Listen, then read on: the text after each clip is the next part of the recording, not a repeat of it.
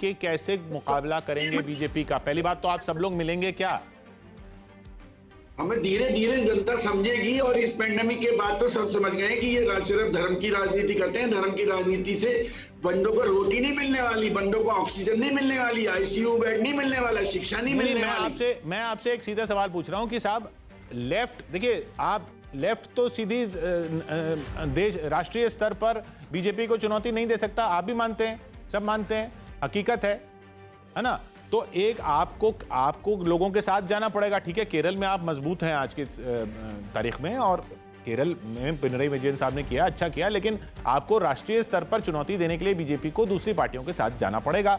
आप जाएंगे ममता बनर्जी के साथ, आप जाएंगे नवीन पटनायक के साथ, ये पूछ रहा हूं मैं। और क्या ये सब लोग मिलके, नवीन पटनायक, ममता बनर्जी, चाहे एमके स्टालिन, ये सब लोग मिलके, और उधर कांग्रेस के भी जो क्षेत्रीय नेता हैं, कैप्टन अमरिंदर हैं, अशोक गहलोत हैं, मुख्यमंत्री हैं वो, इधर छत्तीसगढ़ में भूपेश बघेल हैं, ये सब मिलके, आप सब लोग मिलके चुनौती देंगे?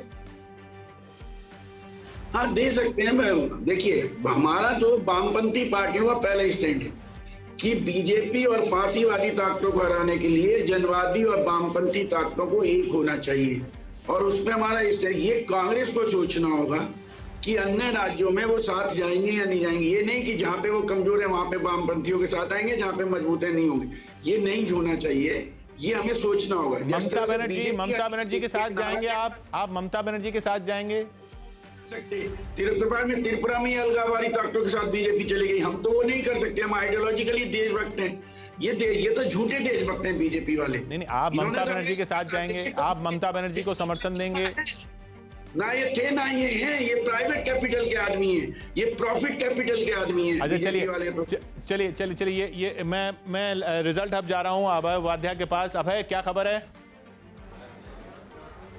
हाँ, अभी केरल से जो अपडेट आ रहा है किशोर, उसमें हमने देखा था कि एलडीएफ तो खैर अगर यही ट्रेंड जारी रहा तो क्लियर कट मेजॉरिटी की तरफ बढ़ रही है, लेकिन एनडीए जो है, बीजेपी अभी थोड़ी देर पहले 4 सीटों पर आगे चल रही थी, हालांकि उसमें भी एक फेरबदल था, और इसमें अभी पिछली जो लीड आई थी उसमें त्रिशूल से एस गोपाल आगे चलने लगे थे।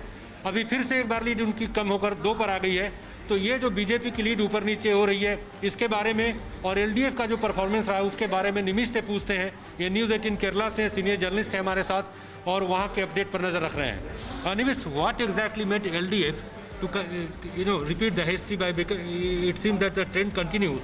It is going to form the government. Abhay, when we are looking at the reports so far, and we are getting that 94 seats are secured by the LDF government, and leading seats were 94, and UDF is only able to get 42 seats only, and the NDA is focusing to have 5 to 10 seats, but they are getting lead 3 seats only. But we can see that there will be a history changer, that no changing trend in the Kerala. LDF will remain their power. And what has been the main reason behind this? Because as per the trends, one time it was LDF, next time it was followed by UDF. But last 5 years, the LDF faced many problems like flood, that's COVID virus, Nipah virus, and they faced very well. And the opposition doesn't have that power to oppose that the formulas that implemented by the LDF. So UDF is so far low profile and the LDF is are leading. Kishore, तो इनका ये कहना है कि जिस तरीके से BJP को तो उम्मीद थी कि शायद डबल डिजिट में पहुंच जाए, लेकिन वो सपना भी उसका पूरा होता हुआ नजर नहीं आ रहा है।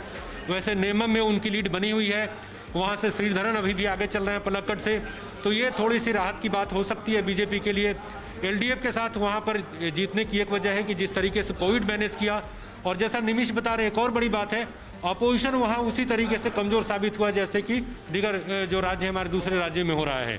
तो ये एक वजह रही कि एलडीएफ हिस्ट्री क्रिएट करने जा रही है, और यूडीएफ जिसमें एक बहुत बड़ा घटक कांग्रेस का है, उसको साफ नुकसान होता नजर आ रहा है। जी हाँ, कांग्रेस को वहाँ